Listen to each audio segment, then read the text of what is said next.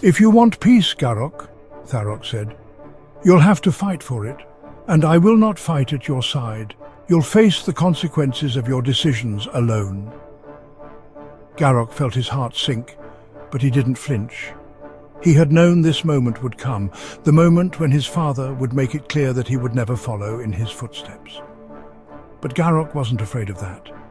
He had chosen his path, and he would walk it, no matter the cost.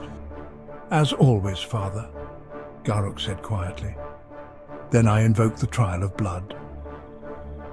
Later that night, as the stars glimmered above the great peaks of the jagged spine, Garok stood alone on the balcony of Urzgarath, gazing out into the wilderness. His thoughts weighed heavily on him. The Orcs were a proud and fierce people, but they were also a people on the brink of destruction. The endless raids, the bloody conquests, they were all building to something, but what? Garok had heard the rumors, the whispers of dark magic stirring in the east.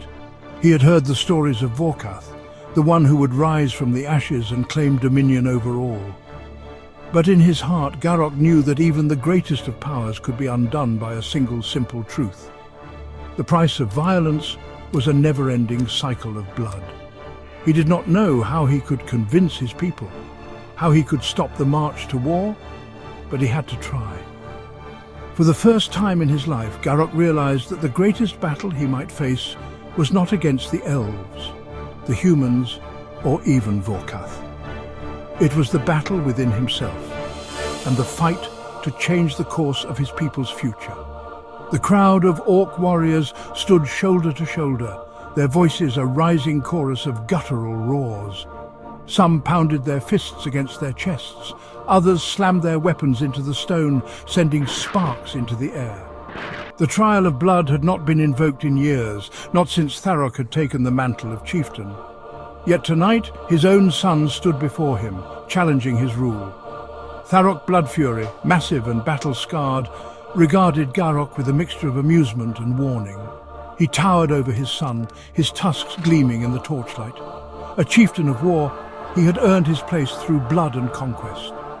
His rule was absolute, and now his own blood sought to challenge it. "You are my son," Tharok rumbled, arms crossed. "But blood does not give you the right to rule. Strength does." Garok met his father's gaze, his own tusks bared in defiance. He had trained for this moment, had endured the grueling rites of the Bloodfury clan, had walked the battlefield more times than he could count. But this was different.